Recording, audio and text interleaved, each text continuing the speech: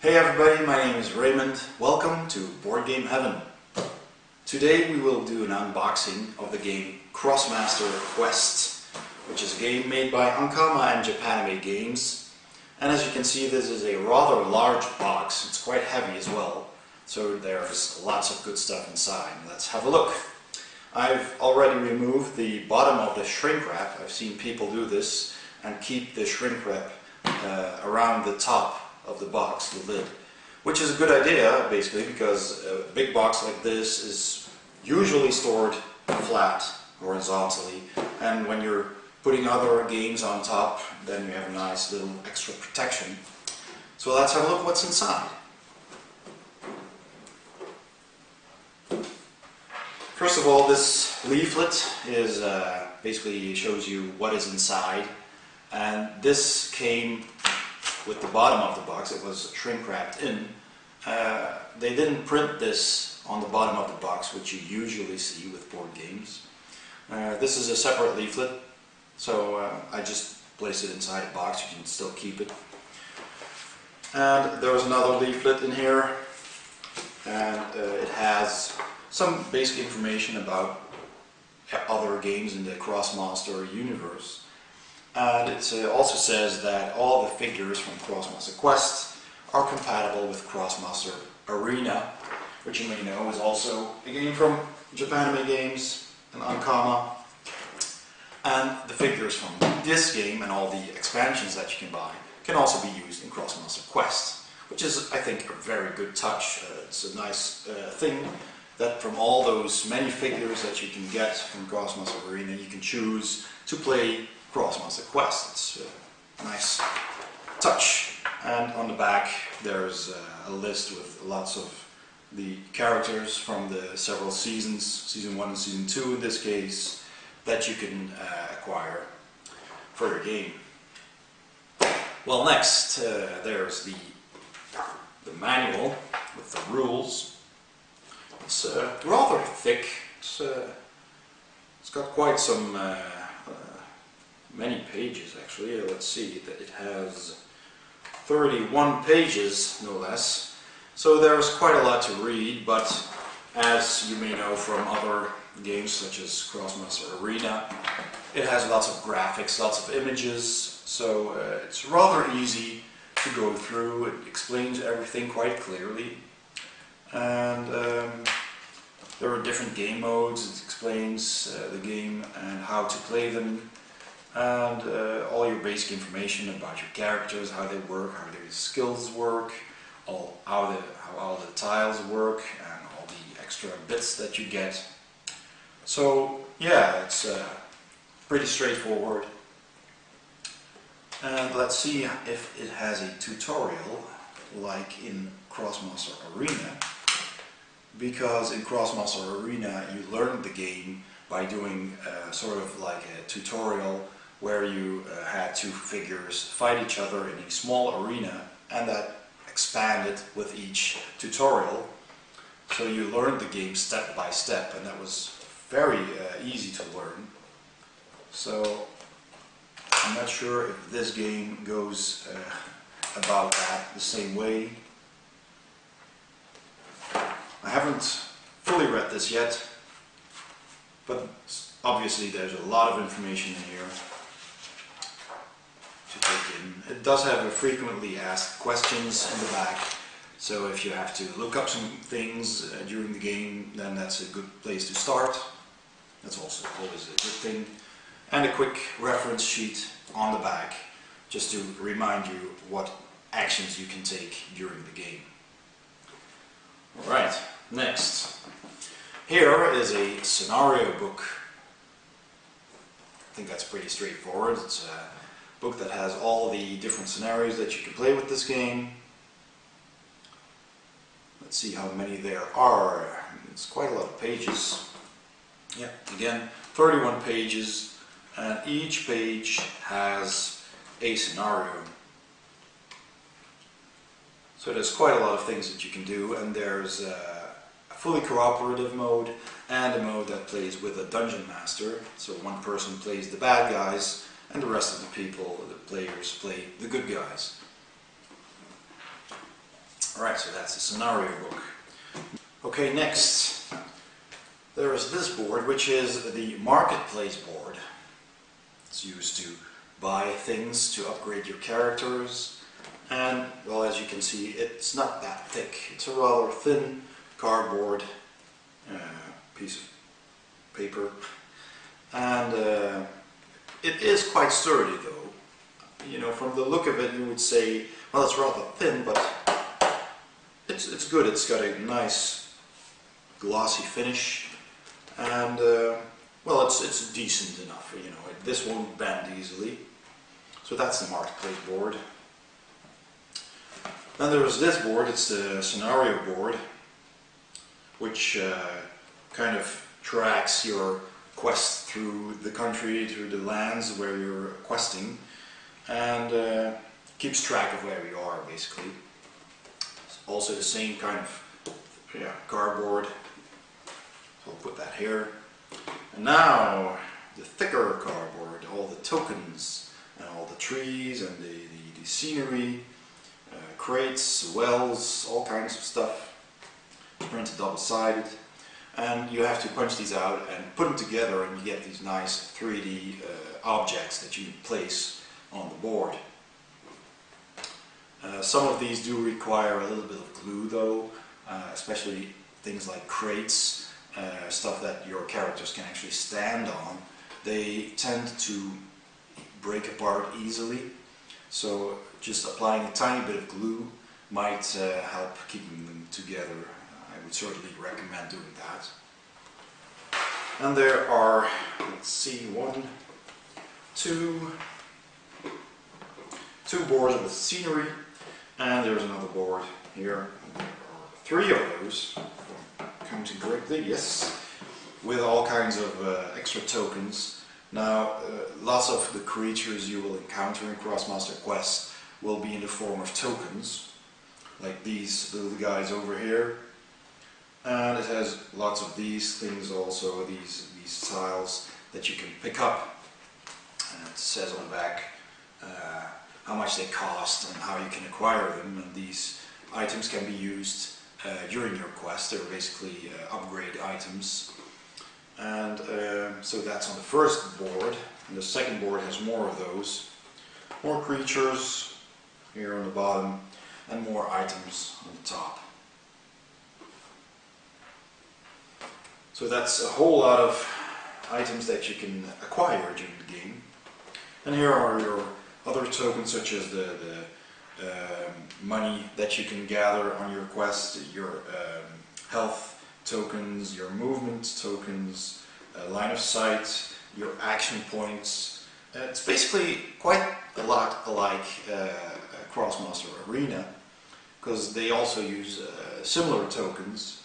So that should be quite familiar if you've ever played Krosmaster Arena. Here are some more objects to put on the board, crates and stuff. These are jewels, probably some form of currency. And also double-sided, of course. And this is good and thick cardboard, so these things won't, they won't fall apart easily. It's nice and sturdy, they won't peel off. And then next, there are several of these player boards, 5 in total. So this is a maximum of 5 players. And 5 good guys at least, maybe 6 with the Dungeon Master. And as you can see, these are all slots that you can open, that you can take out. And the idea is that you can place your character cards inside here, and these tokens cover up their abilities. And when you're questing, you gain coins, and you gain experience, and with those you can unlock your skills, which is quite nice. I think that's a nice way to keep track. It's also nice thick cardboard. These are easy to take out and easy to place back.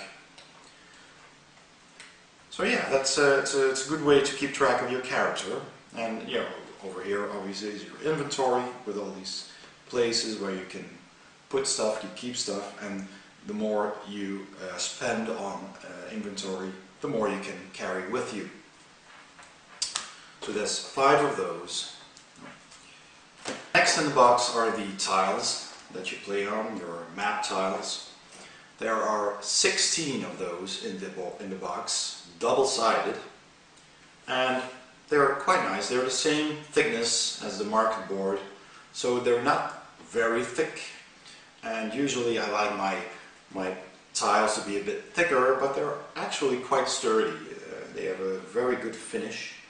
They're printed nicely, very colorful, and I think Ankama went with the fact that they had so many tiles, they had to make them thinner.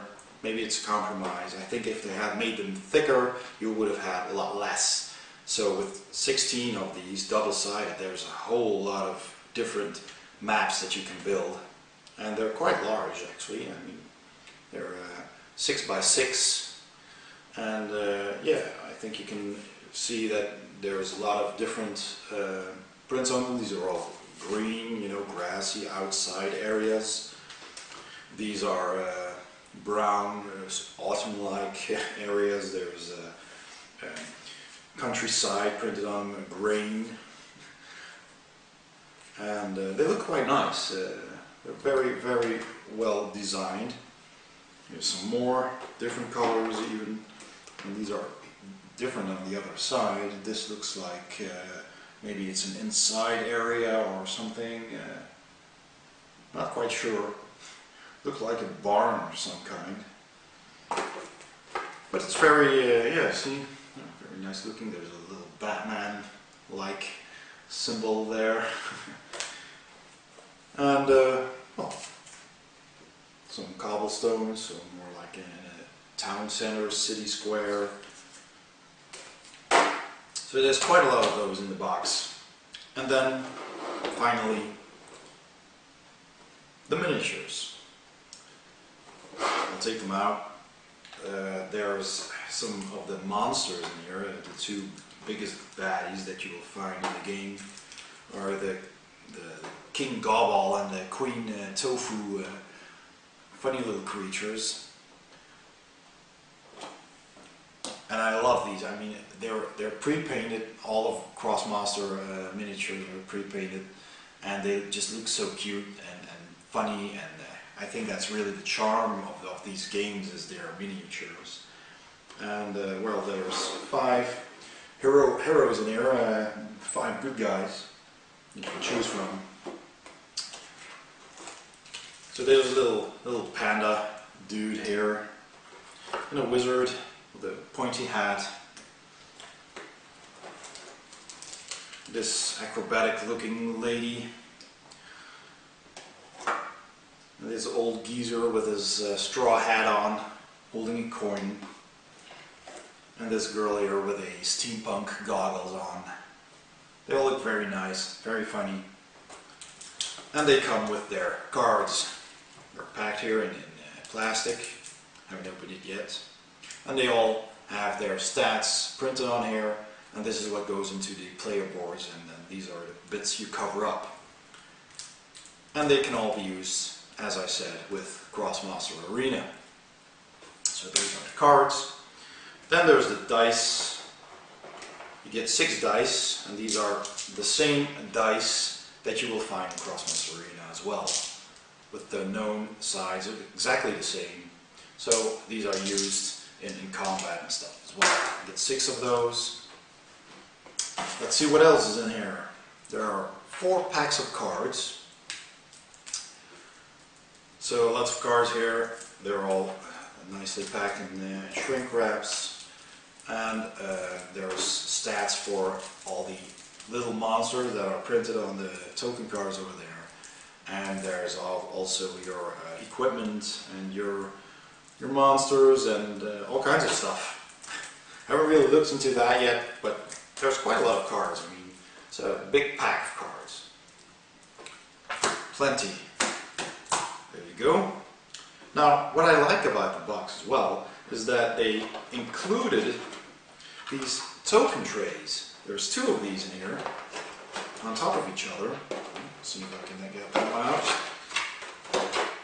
So this allows you to store all those tokens that you've punched out and have them sorted in a nice way, so you can just put that on the table and get started right away.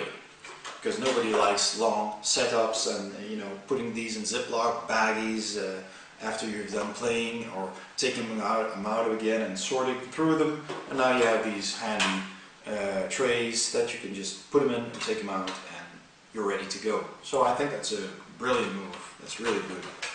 Like that. And obviously this insert keeps all the bigger stuff, like the trees and the boxes and the crates and everything that you make, the 3D scenery. Your characters go back in here, your dice go back in there, and this holds all the cards. And it looks like it has room for more cards, so there might be expansions later on. Certainly hope so. So there's 4 more slots here. And perhaps if you like to sleeve your cards, the stacks get thicker and you can still put them in. At least I hope so. They do go in quite snugly, I have to say. So I'm not sure if every kind of sleeve would fit. I suggest trying a very snug fitting sleeve, because it does have some room, but sometimes when you sleeve your cards they're just slightly bigger than the slots they came in, and you won't be able to put them back. So I'd experiment first before buying lots of sleeves, should you want to do that. So that is what is inside Krosmaster Quest. I hope you enjoyed the video, and I hope to see you soon again. Thank you.